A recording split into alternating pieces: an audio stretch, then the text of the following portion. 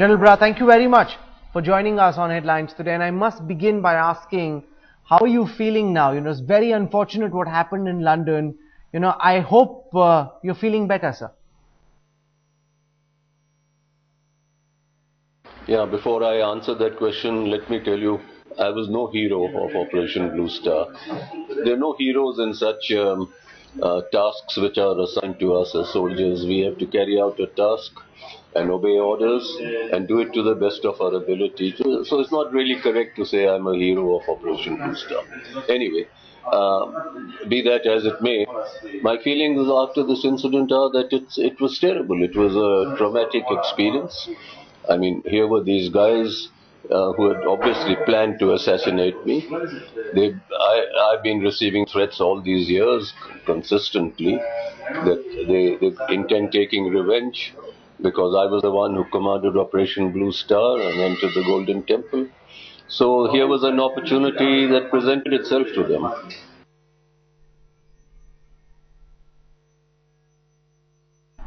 So from all the accounts we've heard so far, you fought back heroically. There were 4 assailants trying to take you down, and single-handedly you fought them back. That's like a true army general. Can you give our viewers a sense of what happened at the time when you got attacked? How do you remember events?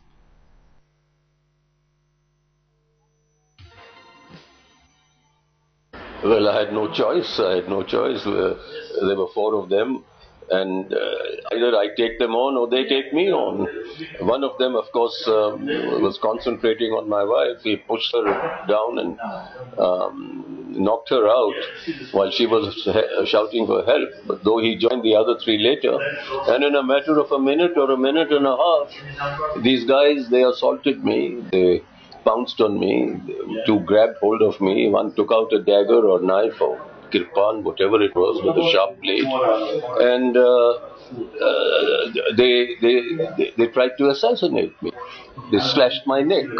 The guy slashed my neck, but at that time I was kicking and punching and pushing them and fighting back with them, and therefore perhaps they weren't able to get time enough to complete their action. Otherwise the entire neck would have been slashed and I wouldn't be here talking to you today. I was bleeding profusely, and while this fight was going on and my wife was shouting for help, a couple of people in the vicinity came into that area, and I think these 4 bearded people, having seen those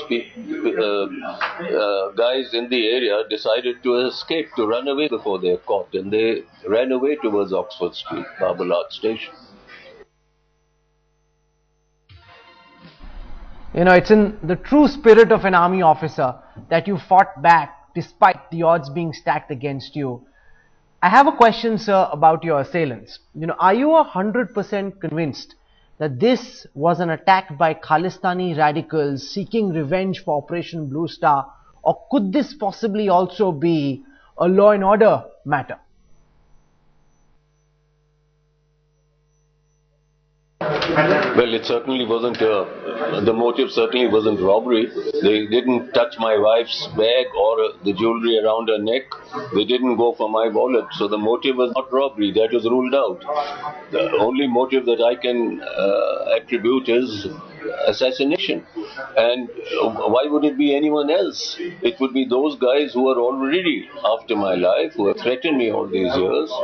There's no reason for any other section of society to try and assassinate me. What have they got to do with me? I am a target of a particular section of people. General Brar, there's been a lot of talk about why you were left unguarded. The External Affairs Ministry has come out and said that they had no intimation about your presence in London. Otherwise, they would have ensured adequate deployment of security personnel. It's being said that you didn't inform people about your movement outside India because you're a Z category security person in India and you had absolutely no security in London, which is why these assailants were able to target you. Did you not inform the relevant authorities before you left for London, sir? Of course I inform people. Whenever I leave the country, I informed the local military authorities in writing about my itinerary. On which date am I leaving Bombay, by which flight, what time, what's my destination, where am I staying? I told them I'm staying at the Moston Hotel. When am I returning back to Bombay, by which flight? Now, I informed the local military authorities, who I'm sure inform Army headquarters in Delhi, who in turn must be informing either the Defense Ministry or the Home Ministry or the Foreign Ministry. I don't know what the procedure is. So, where this hasn't happened is beyond my comprehension. As far as I'm concerned, I informed the authorities. You know, it's in the true spirit of an army officer that you fought back despite the odds being stacked against you. I have a question, sir, about your assailants. You know, are you 100% convinced that this was an attack by Khalistani radicals seeking revenge for Operation Blue Star, or could this possibly also be a law and order matter? Well, I can't comment on that. It's not for me to comment whether it was inadvertent or advertent, or whether they are callous. I'm provided Z category in India, though lately, slowly and steadily, they've been diluting that security because perhaps they feel, or the intelligence bureau feels, that I don't deserve that type of a security. Generally, you find they give more security to police officials and politicians. I'm the only living senior official of Operation Blue Star who conducted this operation. General Vaidya has been assassinated. General Sodaji and General Dayal, who were next in line, are no longer alive. Mrs. Gandhi is no longer alive. So I can't see why they would want to dilute my security. We've recently seen, sir, the Akali government take a decision to build a memorial for what happened during Operation Blue Star. You criticize this quite a lot. You know, there's a very strong sense that the government is glorifying Bhindranwale and the Khalistani terrorists, and that could be stoking these fires where people feel that they're back in business. You're absolutely right. On 6th of June every year, they celebrate what they call Ghalugara Day, or the anniversary of Blue Star, or what they refer to as Martyrdom Day. They all consider themselves as martyrs. Now, the fact is, has anyone ever stopped them from shouting these pro-Khalistani slogans on 6th of June, which is the day Blue Star was launched? No. One listens to them in silence. And this monument which is coming up in the Golden Temple, I was asked my views, and I gave my views very clearly, which were that how can we accept a monument coming up in the Golden Temple to honor so-called martyrs who were actually murderers, terrorists, extremists, who fought against the country, who wanted the country to be divided, who wanted to form a separate state of Khalistan. Do you want to honor such people and present them saropas and have a memorial for them? You don't have a memorial for the soldiers who have given away their lives in wars and in actions in Kashmir and in Assam and in the Northeast, and you want to have a memorial for these people? Well, all that was happening is that the Punjab government or the Akali government is supporting this movement of these so-called extremists because they want their votes. They want to remain in power, and they want to close their ties with them. The center should step in and stop it and say we won't accept it. But then the argument is this is a law and order situation, and law and order is a state government decision. But there has to be a limit to this. When national security is involved, when the security of the country is involved, whether it's a state subject or not, the center must have its last say on the matter. What are we doing? We're taking the country back to the 80s, when terrorism was at its height, by coming up with such ideas of having these monuments.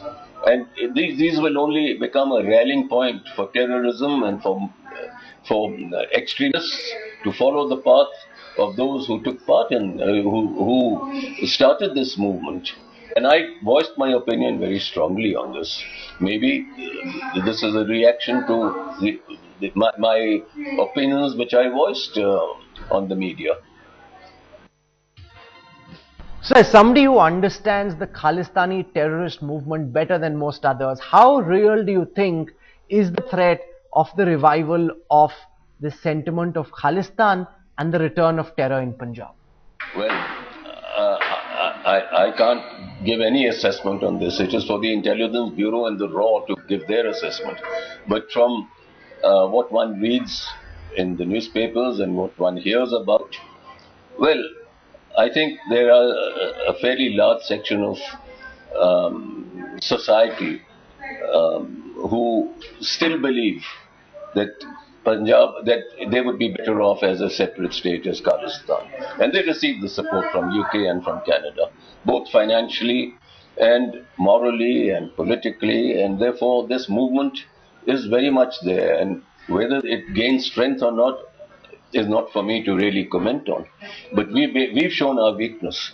A lot of these guys who were expelled from the country, banished from the country because of the murderous activities that they had committed, they were sent off to other parts of the world. Well, on the insistence of the Akali government, they've been allowed to come back. They're back in India. So the same people who have been convicted for such crimes of anti-national activities have now been allowed to come back to India. So obviously, I don't think they would have changed their attitude. The attitude remains, and they will only get a few more supporters, try to get a few more supporters.